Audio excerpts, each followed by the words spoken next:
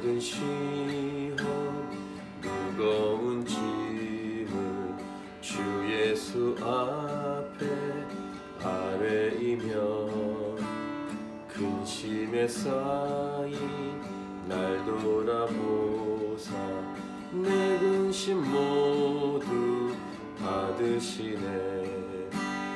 무거운 짐을 나 홀로 지고 견디다 못해 쓰러질 때 불쌍히 여겨 구원의 주님, 은혜의 주님 오직 예수. 내 모든 괴로움 닥치는 환난 주 예수 앞에 아뢰이며 주께서 친히 날 구해 주사 넓으신 사랑 베푸시네. 무거운 짐을 나 홀로 지고 견디다 못해 쓰러질 때 불쌍히 여겨 구원의 주님, 은혜의 주님 오직 예수.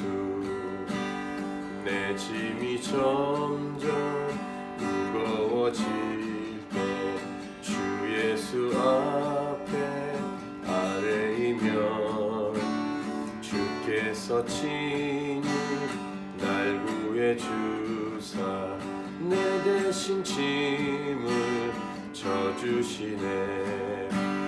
무거운 짐을 나 홀로 지고 견디다 못해 쓰러질 때 불쌍히 여겨 구원의 주님, 은혜의 주님 오직 예수.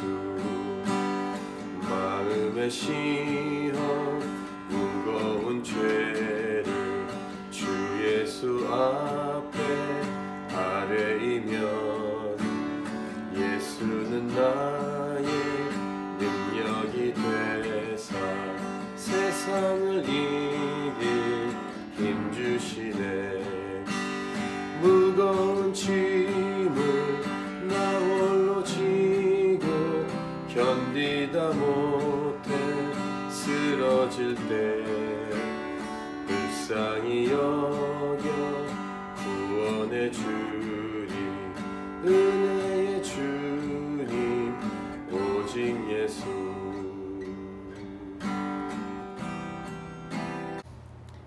이 세상에 살아가는 부류 중에 나를 괴롭히는 악한 자들이 있습니다. 이것이 현실입니다. 물론 때로는 우리 자신이 다른 사람을 괴롭게 하는 존재일 수도 있습니다. 아무튼 자신을 어렵게 하고 힘들게 하는 악한 자들을 어떻게 대하는가에 따라서 우리의 믿음이 어떠한가를 알 수 있습니다. 곧 악한 자들을 직접 처리하려고 하지 않고 하나님께 얼마나 맡길 수 있는가, 이렇게 얘기할 수 있는데, 악한 자들의 존재는 바로 우리 자신들의 믿음을 다루고 자라게 하시는 하나님의 방법일 수 있다는 것입니다. 오늘 시편, 이 다윗의 시편은 대표적인 저주 시편입니다. 그 신학자들의 견해가 엇갈리는 시편이기도 합니다.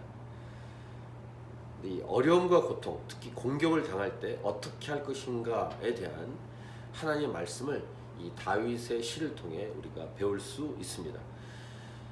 자, 기본적이면서 오늘 시편에서 처음 우리에게 주신 메시지를 정리하면, 첫 번째, 하나님께 다 아뢰라, 하나님께 다 기도하라. 편하게 표현한다면 하나님께 다 일러 바쳐라, 이렇게 정리해 볼 수 있겠습니다. 오늘 이 핵심 구절은 4절인데 이 4절 내용이 들어가 있는 1절부터 5절을 먼저 보시면, 내가 찬양하는 하나님이여 잠잠하지 마옵소서. 그들이 악한 입과 거짓된 입을 열어 나를 치며 속이는 혀로 내게 말하며, 공격한다는 것이죠. 3절 또 미워하는 말로 나를 두르고 까닭 없이 나를 공격하였음이니이다. 그러니까 이 시편의 저자가 뭔가 잘못해서 그들이 잘못한 거에 대한 반응을 한 게 아니라 까닭 없이 공격했다. 그리고 4절이 핵심 구절입니다. 4절을 같이 읽겠습니다. 나는 사랑하나 그들은 도리어 나를 대적하니 나는 기도할 뿐이라. 그 다음 그들이 악으로 나의 선을 갚으며 미워함으로 나의 사랑을 갚았사오니. 이렇게 1절부터 5절을 먼저 보시면 아까 읽으신 4절 나는 기도할 뿐이라. 이렇게 카피 문구처럼 오늘 주신 말씀으로 가슴에 새길 수 있기 바랍니다. 나는 기도할 뿐이라. 여기에는 여러 가지 메시지가 들어있죠. 다른 행동을 하지 않겠다는 것입니다. 그들이 공격했다고 해서 나도 공격한다 라고 하지 않는다는 것입니다. 나는 기도할 뿐이라. 이 말씀을 오늘 가슴에 굳게 새기십시오. 어떻게 보면 세상적인 기준에서는 굉장히 무기력하게 보이고 할 수 있는 것이 거의 없는, 아무것도 없다는 뉘앙스를 주는 표현일 수 있습니다. 나는 기도할 뿐이라.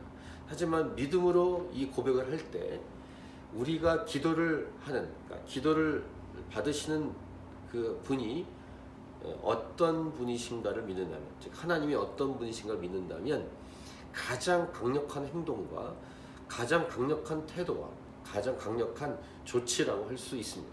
나는 기도할 뿐이라. 하나님께 기도한 사람은 인생을 살아가는 인생 중에 가장 강력한 인생을 살아갈 수 있는 인생입니다.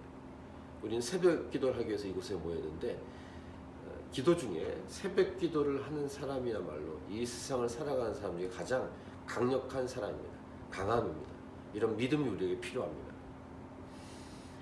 자, 오늘 시편 1절부터 5절까지 이 내용을 보면 상대방이 사랑함을 상대방은 대적하고 미움으로 반응했다라고 기록하고 선을 악으로 반응하는 이런 상대방에게 똑같이 대하지 않고 기도하는 사람으로 살아갈 것을 우리에게 말씀하고 있습니다.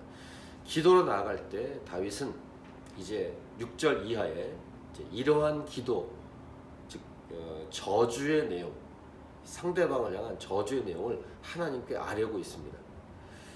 먼저 두 번째로 정리할 수 있는 것은 전에도 말씀드렸습니다만 사람에게는 함부로 말하기 어려운 말을 하나님께는 어떠한 기도도 올릴 수 있다는 것입니다.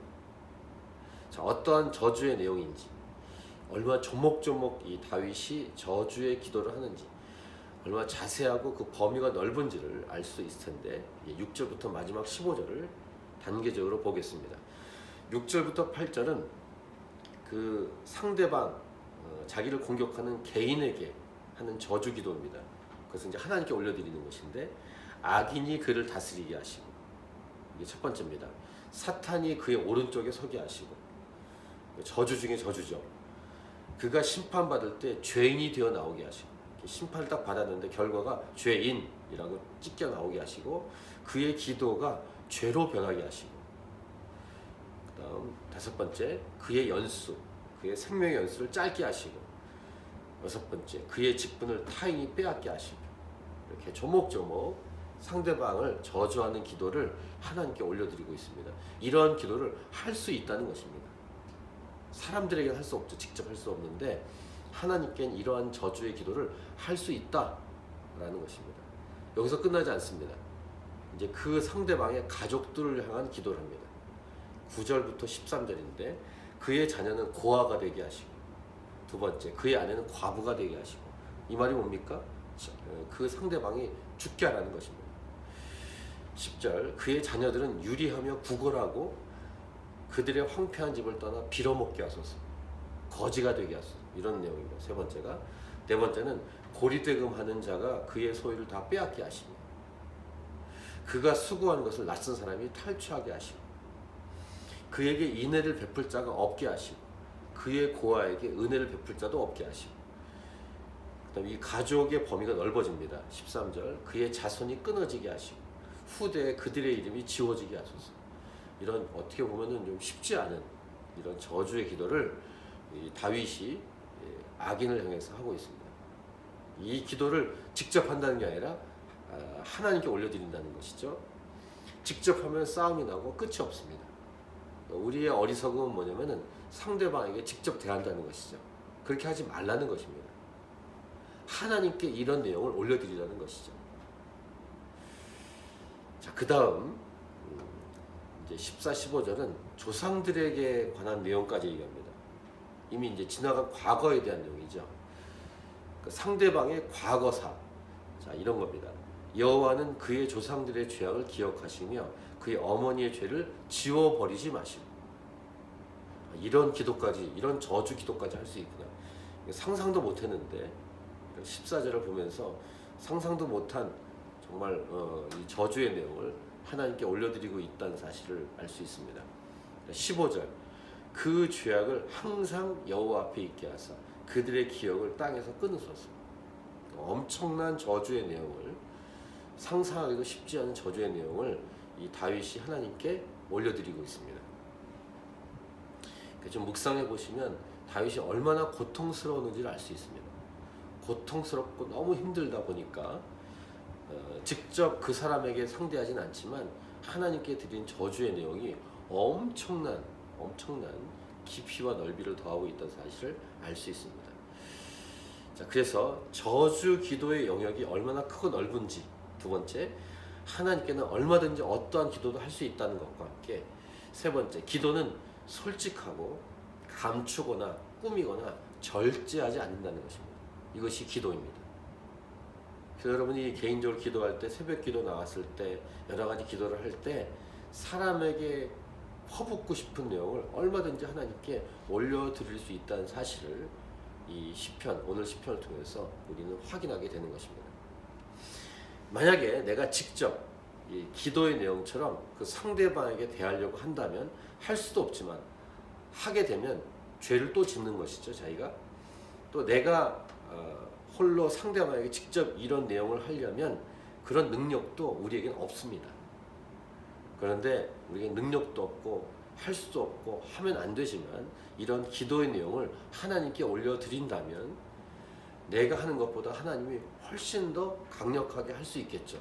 물론 이렇게 저주의 내용을 하나님이 고스란히 직접 하실까라고 생각이 되지만 어쨌든 하나님께 이렇게 기도함으로 올려드리는 것이 지혜 중에 지혜고 가장 잘하는 행동이라고 할 수 있겠습니다. 앞에서 먼저 읽은 대로 4절의 내용처럼 나는 기도할 뿐이라. 이 짧은 이 한 문장의 이 표현이 오늘 이 하루 또 일평생 여러분의 가슴에 남길 바라고 우리의 기도가 쉬지 않길 바랍니다.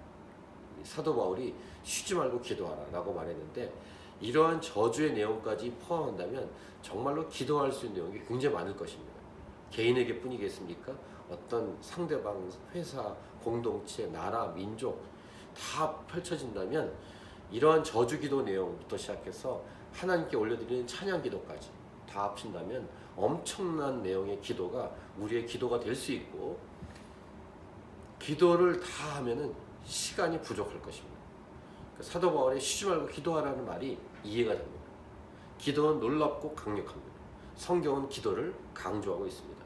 사도 바울은 빌립보서에서 이렇게 말합니다. 아무것도 염려하지 말고 오직 모든 일에 기도와 간구로 우리의 구할 것을 감사함으로 하나님께 아뢰라 라고 말씀하고 있고 그렇게 기도하면 모든 지각에 뛰어난 하나님의 이 평강이 그리스도 예수 안에서 우리의 마음과 생각을 지키신다 라고 우리에게 말씀하고 있습니다. 어제 시편 108편으로는 찬양하기로 하나님을 찬양하기로 결정하는 그런 결단한 내용이었다면 오늘은 그렇게 하나님을 찬양하면서 동시에 어떤 것도 하나님께 기도하기로 결단하고 결정하는 그런 귀한 오늘 말씀이 우리의 말씀이 되기를 간절히 기도합니다. 자, 오늘 이 말씀을 가지고 실습을 해야겠죠. 적용을 하면서 하나님께 간절히 기도하는 여러분의 기도가 될 수 있길 바랍니다. 개인적으로 기도하며 주 앞에 나아가겠습니다.